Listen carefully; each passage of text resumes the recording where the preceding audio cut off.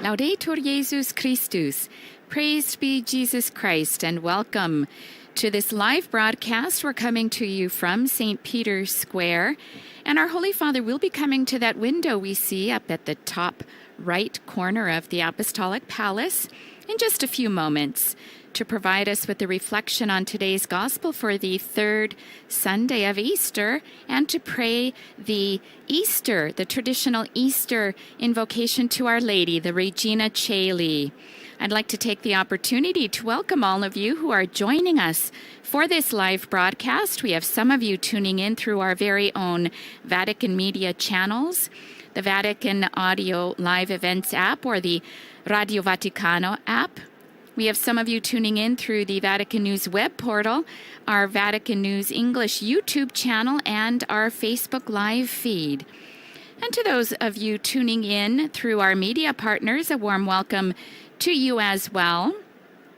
Some of you tuning in through TV, through Catholic TV, Catholic Faith Network, Shalom World Television Networks, Salt and Light TV, EWTN, Shalom TV, and at 𝗪ρ𝗁𝗁 TV. But we also have radio listeners out there as well. Thank you to you for joining us, some of you through Radio Maria in England, and others through Luminous Radio. And here we are with thousands who have come this rainy morning in order to hear the words of our Holy Father, many of them probably coming from Slovakia. There were about 25 pilgrims who came to Rome from Slovakia and met with Pope Francis in the Paul VI Hall yesterday. And in greeting the pilgrims, our Holy Father spurred them to continue to cultivate the richness of diversity of Slovakian society, he said, which can be found in the local church. He also recalled his visit to Slovakia and said that when I came to see you, I wanted to encourage you to walk the path of encounter all together, young people, families, the elderly, the different communities that have historically been a part of your society. And he went on to commend an aspect of Slovakian culture of hospitality and solidarity, symbolized by the Slavic custom of offering bread and salt to visitors as a sign of welcome, he said, which has proved itself once again in the tragic context of the ongoing war in Ukraine. As we know, many Ukrainians also finding welcome and hospitality in Slovakia. And as of yesterday, the Church has a new blessed, Armida Barelli, who was a secular Franciscan and lived in Italy between 1882 and 1952. She was the co-founder of the Secular Institute of the Missionaries of the Kingship of Christ, together with Father Agostino Gemelli. Both of them sought to promote the gospel through education.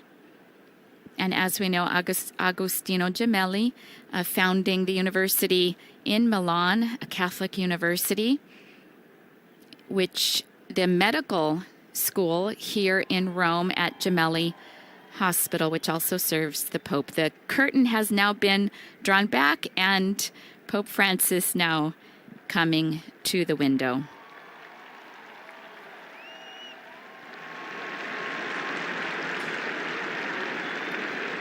Holy Father greeting the crowds below. Here we see the signs of the Slovak pilgrims. Dear brothers and sisters,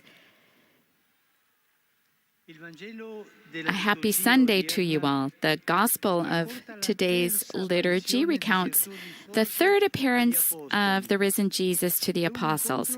It's a meeting that takes place by the lake or the Sea of Galilee, and above all, involves Simon Peter. It all begins with him saying to the other disciples, "I'm going fishing." There was nothing strange about this since he was a fisherman, but he had abandoned this work from the time he had left his nets on the shore of that very lake in order to follow Jesus. And now, While the risen one is waiting, Peter, perhaps a little disheartened, proposes to the others that he return to his former life, and the others accept. "We'll go with you," they say.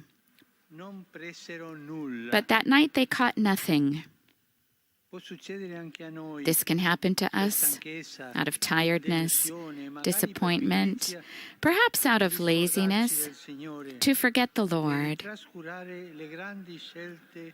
and to neglect the great choices we have made, to content ourselves with something else. For example, not to dedicate time to talk together in the family, preferring personal pastimes. We forget prayer,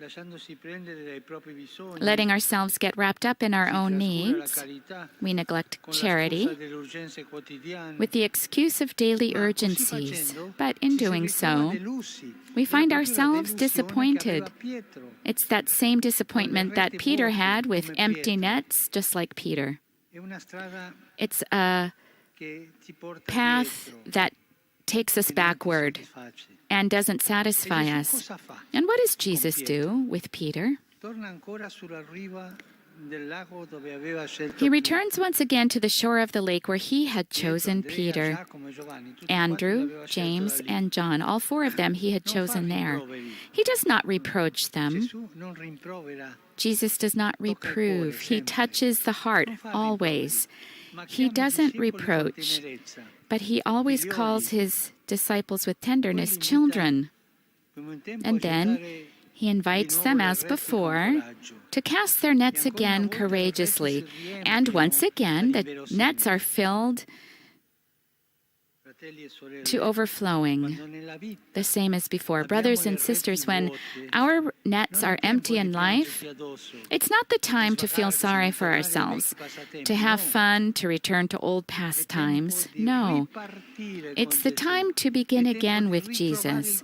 It's the time to find the courage to begin again. It's the time to set out, to go out into the deep with Him. Always before disappointment, it's the time to begin again, to find courage, and to set out in the deep, especially when we feel like going back. It's time to set out again, to set out into the deep with Him. He's waiting for you. He's thinking of you, of me, of all of us. Peter needed that shock. When he hears John cry out, "It is the Lord," he immediately dives into the water and swims towards Jesus. It's a gesture of love, because love goes beyond what's useful, what's convenient, or what's obligated. Love generates wonder. It inspires creative, freely given zeal. In this way, while John, the youngest, recognizes the Lord, it is Peter, the eldest, who dives to meet Jesus. In that dive, there's all the newfound enthusiasm of Simon, known as Peter. Dear brothers and sisters, today, the risen Christ invites us to a new impetus, to each one of us. He invites us to dive into the good without the fear of losing something, without calculating too much, without waiting for others to begin. Why not to wait for others? Because in order to go out to meet Jesus, we need to be put off balance. We need to be put off balance. Courageously start again, to take a risk. Let us ask ourselves, am I capable of an outburst of generosity, or do I restrain the impulses of my heart and close myself off in routine or in fear? Jump in, dive in. This is Jesus' word for today. And at the end of this episode, Jesus asks Peter for 3 times a question, "Do you love me?" The risen Lord asks us too today, "Do you love me?" Because At Easter, Jesus wants our hearts to rise too, because faith is not a question of knowing something, but of love. Do you love me? Jesus asks you, to you and to me who have empty nets and so many times we're afraid to start out again, to you and me and all of us who have not the courage to dive in, and perhaps we've lost momentum. Do you love me? Jesus asks. From then on, Peter stopped fishing forever and dedicated himself to the service of God and to his brothers and sisters to the point of giving his life here where we find ourselves now. And we turn to Our Lady, who readily said yes to the Lord to help us rediscover the impulse to do good. Resurrexit sic ut dixit, alleluia.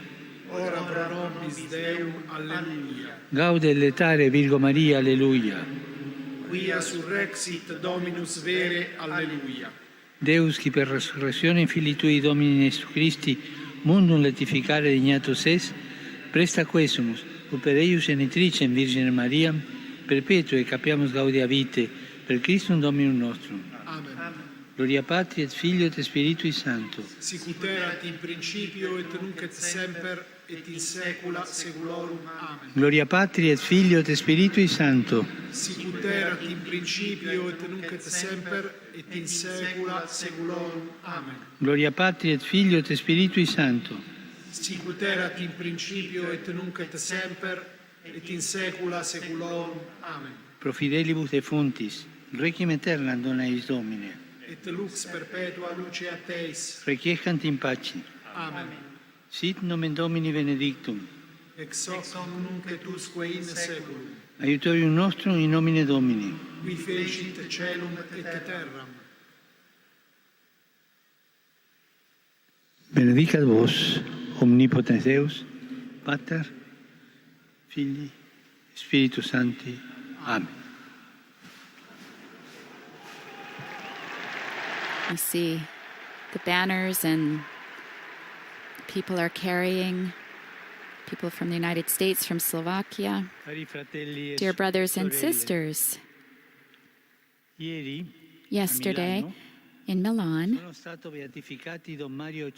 Don Mario Cicci and Armida Barelli have been beatified. One is a vicar, a vice pastor who would confess people, would visit with the sick, be with young people in an oratory as a meek guide and secure guide. A luminous example of a pastor, and Armida Barelli was the foundress of Young Women in Catholic Action. She went all throughout Italy to call young people to their church and civil duties. And she gave life to a secular institute and the University of the Sacred Heart that today celebrates a day that's dedicated to her called the Heart of Women. And so let's give a hand to the newly beatified. Today, the month begins dedicated to the Mother of God. I'd like to invite all the members of the faithful to pray daily the Rosary for Peace. And my thought immediately goes to the Ukrainian city Mariupol, the city of Mary that's been bombarded and destroyed. And once again, even from here, I renew my request that humanitarian corridors be made available for those who are trapped in that city. I suffer and I cry, thinking of the suffering of the Ukrainian people, in particular the weakest, the elderly, children. That news keeps arriving. It's terrible news of children who are expelled and deported. And while something horrible taking humanity back, I'm thinking of all those anguished people and seeking peace, that there might be the willingness, that there be an escalation toward stopping the violence of dialogue. I beg you, don't surrender to the logic of violence, but that you take the way of dialogue and peace. And let us pray. Our Holy Father bowing his head in prayer, the crowd below responding.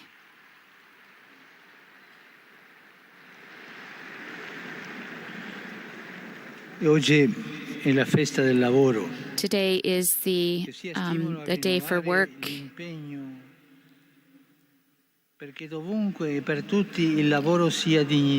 And that may we dedicate ourselves so that there might be dignified work, and that from the world of work might come the will to foster an economy of peace. And I'd like to recall those employees who die at work. Perhaps there's too many. The day after tomorrow, the 3rd of May, is the World Day of Freedom of the Press from UNESCO. I honor journalists who give their lives in honor of this right. Last year, 46 journalists were killed, and more than 350 were imprisoned. A special thanks to those of them who courageously inform us regarding the wounds of humanity. I greet all of you, those of you from Rome, from pilgrims from Italy and many other countries. In particular, I greet the faithful who've come from Spain, from Portugal, from the United States of America.